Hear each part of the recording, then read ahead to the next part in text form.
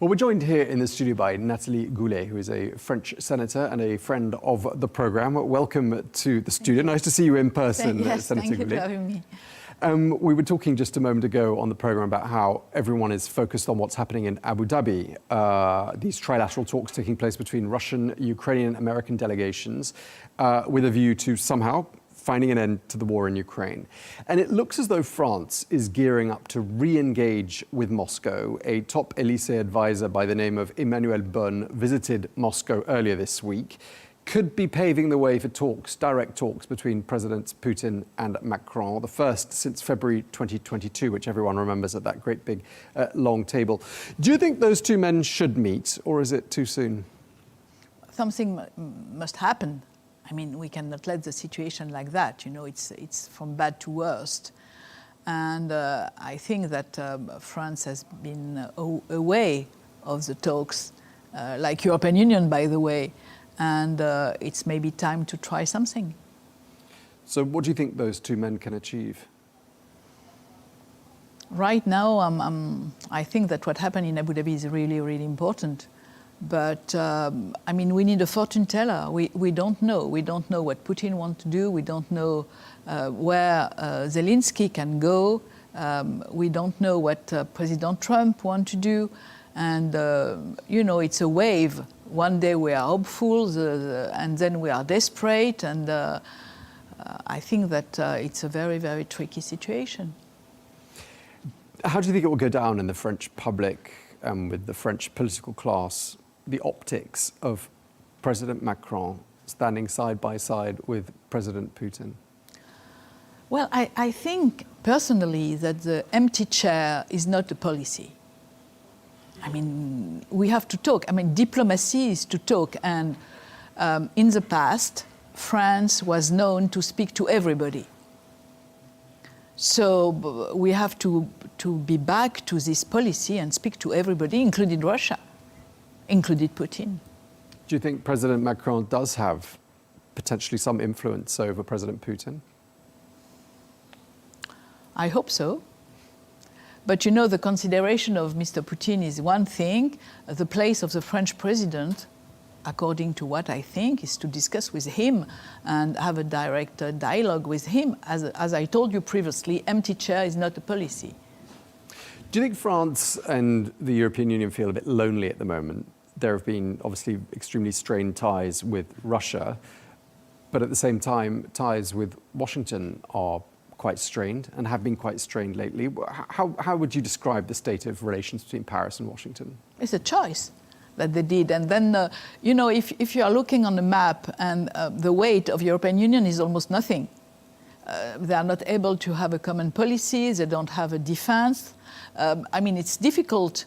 And I think that Putin prefers strong people like President Trump and doesn't consider European Union as a partner. So we have to be back to our seat. And as I told you, France is a member of the Security Council, and there is no way that France and the French president has not to speak with President Putin. Do you think Europe as a whole feels threatened at the moment? I think it's a result of their weakness. I mean, you get the result of your policy. What do you think we learned from the whole Greenland saga? What did that tell us about European unity?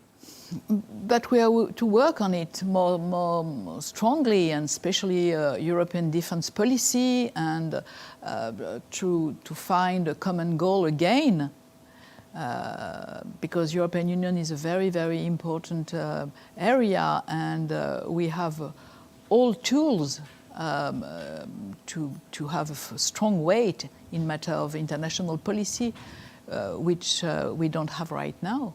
So maybe it's a bloody test that we have to think about that and react.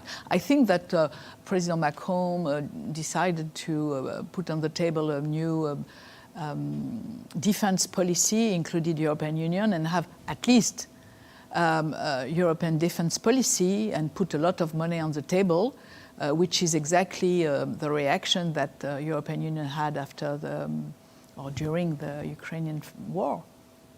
And how do you think the whole Greenland saga went down in France? What was the reaction amongst the political class, amongst the public? Do you think there was a great sense of shock that things had come to this point? Well, I think that the French people are very, very busy with the daily routine and a lot of trouble, like farmers have problems, that economic problem, like institutional disorder too, political election coming soon. I think it's not a priority. So the French opening a consulate in Greenland, which I believe is happening this week, perhaps not something that's going to capture the headlines in France? I don't think so. You're making it sound like France is in a real mess at the moment. Is that how it feels? We are not expecting that I criticize my country, but it's a fact that we can witness some trouble, and everybody can see it everywhere. So you are talking about Greenland. I'm answering you that we have other priorities. That's all. We have we have a very serious agriculture crisis, almost two, and we are election coming soon. So that are our priorities now. It's been reported this week that the offices of Elon Musk and his company X, formerly known as Twitter, were raided in Paris. And I'm just wondering what your understanding is of why those raids took place. I have no idea. Okay. I have no idea. I think it's a proceeding and you have independent justice. So I don't know the process. I don't know the proceeding. I don't know why. I have no idea. Some of the reports suggested there was political interference and that X, or Twitter as it used to be called, was somehow involved. I mean, does it feel like France is undergoing a period in which its affairs are being interfered with by external parties? Is that how it feels? I don't think so. I'm not very comfortable with your question because I'm not sure of the answer that I can provide. So I will pass on it. Okay. You're quoted as saying that France is bankrolling some of its enemies. And Yeah. you've said that with specific reference to the Muslim Brotherhood. Oh, yeah. How is France funding its enemies and why, more to the point? Well, we have the same problem in Britain and a lot of things. We have a lot of charity, we have NGO, and so some of them are getting some public financing, less and less, but still, and especially European financing. And they have a strong link with the Muslim Brotherhood that I'm fighting very strongly. So yes, it's exactly what I said. Mm-hmm. And what's being done about it? Is President Macron's government taking this issue seriously? Oh, very seriously. We had an internal report about their dangerosity and how they were involved in many phases of the daily life, like sport, like NGO, like culture, like even politics, maybe in elections too. They may have candidates somewhere. So yes, we are very seriously conscious of the problem and their dangerosity. We passed a law to control the financing 2 years ago already. The Minister of Justice and Minister of Interior did a lot. And we closed some mosques. We also kick out some predicator or imam linked with the Muslim Brotherhood. And now we have to work more on the European financing. It's the main issue right now. And you know that Assemblée Nationale also vote a resolution to put the Muslim Brotherhood on the list of the terrorist list, which has no real legal effect now, but political, it's a signal. Okay. But when you look at policies like DEI, as they call it in America, diversity, equity, and inclusion, something that President Trump has spoken out a lot against, in fact. Do you think perhaps that goes some way towards explaining the rise of populism and, for example, the far right in countries, including in France? Oh, most probably yes. Most probably yes. I mean, the people will definitely prefer have a sense of national priority. You know, it's something in time of crisis. It's very understandable, and it's why it brings the far right so easily everywhere. I mean, not only in France, but in some other countries too. If there was an election in France tomorrow, the National Rally would probably win, wouldn't they? Yeah, probably. Do you think, is that something that worries you? I mean, we are all guilty for that. After 20 years in the parliament, I probably have my part of responsibility in that. Maybe I didn't do my work good enough to prevent that, and I'm not the only one. And I think that everybody has to make his own personal investigation to know how we miss something that bring now the National Front to the power. I mean, we are all responsible of the situation. It's not clear if Madame Le Pen will be leading her party into the election or not. Depends on the appeals process because she may be banned for 5 years from public office.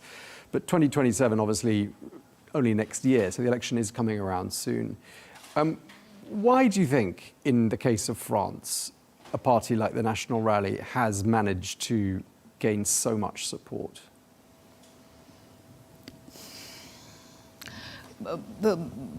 I was talking 5 minutes ago about the crisis in a rural area,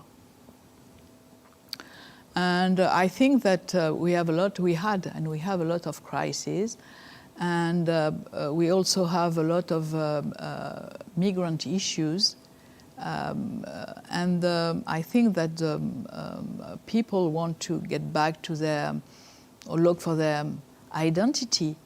And the program led by Mrs. Le Pen is ringing to them, and that they agreed to this program, and which is always the same things, which is a national priority.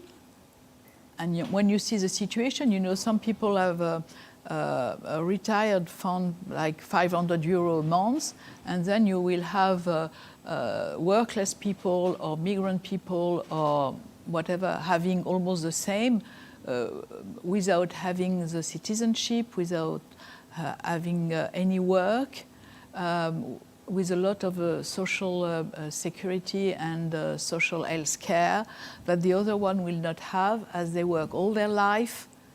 You know, this kind of inequality, you cannot discuss with the people having the feeling that they are downgraded in their own country. Even it's not exactly the reality, even you can argue, you can explain, but the feeling, you know, maybe it's not cold, but you feel cold. Maybe you are not insecure, but you feel insecurity. The feeling of the things is something that you cannot matter. I mean, the people, they just have this feeling, and it's very, very difficult to explain them that maybe they are wrong, because most part of the time they are not so wrong. They are not exactly right, but they are not very wrong. You know what I try to explain. Sure. And obviously immigration has been a key issue in elections across the world in the last decade or so, Yes. Notably in the United States recently, but also everywhere. in the UK, everywhere. Italy as well. Who do you think the French public blame? Do you think they blame the French government? Do you think they blame Europe? Where does blame lie? Everybody. But the French government, of course, and the incapacity of European Union to have a common policy, and probably the weakness of different governments on the subject, and illegals, we have so many of them. Okay, well, we appreciate you sharing that with us and sharing your thoughts on all those other subjects as well. French Senator Nathalie Goulet, thank you very much indeed for your time. Thank you.